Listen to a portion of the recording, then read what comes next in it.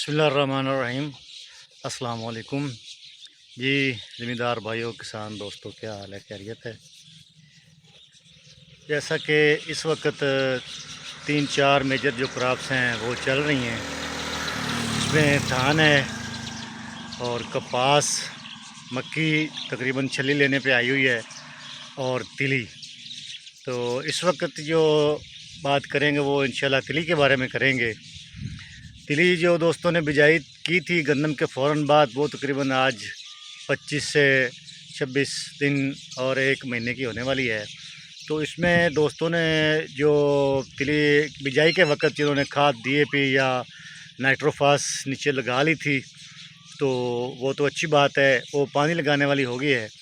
और जिन दोस्तों ने खाद वगैरह नहीं लगाई थी, ऐसे बिजाई की थी, तो वो अब पानी लेने वाली है। तो उसमें पानी के वक्त इसमें 2-3 जो चीज़ें हैं वो एहतियात करें उसमें पानी लगाते वक्त।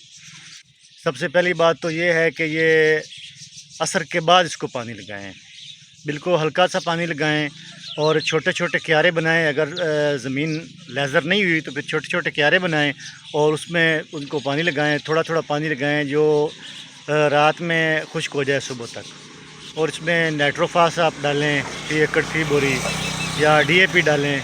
और इसके साथ अगर DAP डालें तो फिर जिंक इस्तेमाल ना करें, जिंक बाद में कर लीजिएगा।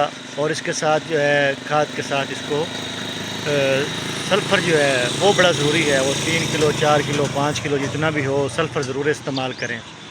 तो जिन दोस्तों ने ये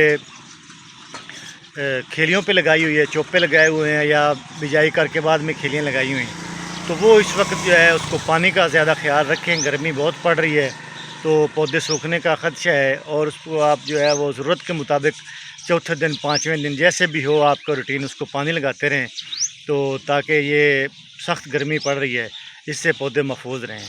और जिन दोस्तों ने स्वागे के नीचे मतलब कि 2 सिएँ लगा के और स्वागे के नीचे रखी हुई है, वो भी इस वक्त 25-30 दिन की जो होगी है वो भी पानी लेती है।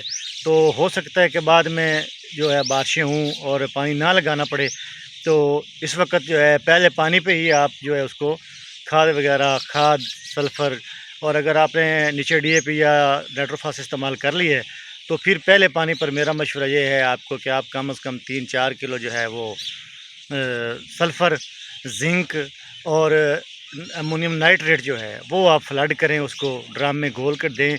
वो ठंडी खाद है, आहिस्ता आहिस्ता जाएगी और पौधे को ठंडा रखेगी, ज़मीन को भी ठंडा रखेगी। तो इस वक्त जो है वो खाद ज़रूर दे रहे, क्योंकि बाद में जब ये तिली जो फूल जब लेने लग जाती है, उस वक्त अगर हम इसकी आबपाशी करेंगे तो पौधे जो है वो सूखने का ज़्यादा होता है। तो ये अभी छोटी है, फूल नहीं ले रही, उस वक्त आप जो है उसको पहली आबपाशी यकीनी बनाएँ। तो कल या परसों इंशाल्लाह फिर हम इसके धान के बारे में बात करेंगे, और इसी तरह से कपास और मक्की के बारे में। तो आज ये तिली का जो ये था, ये मैंने आपको बता दिया है। अल्लाह हाफ़िज़।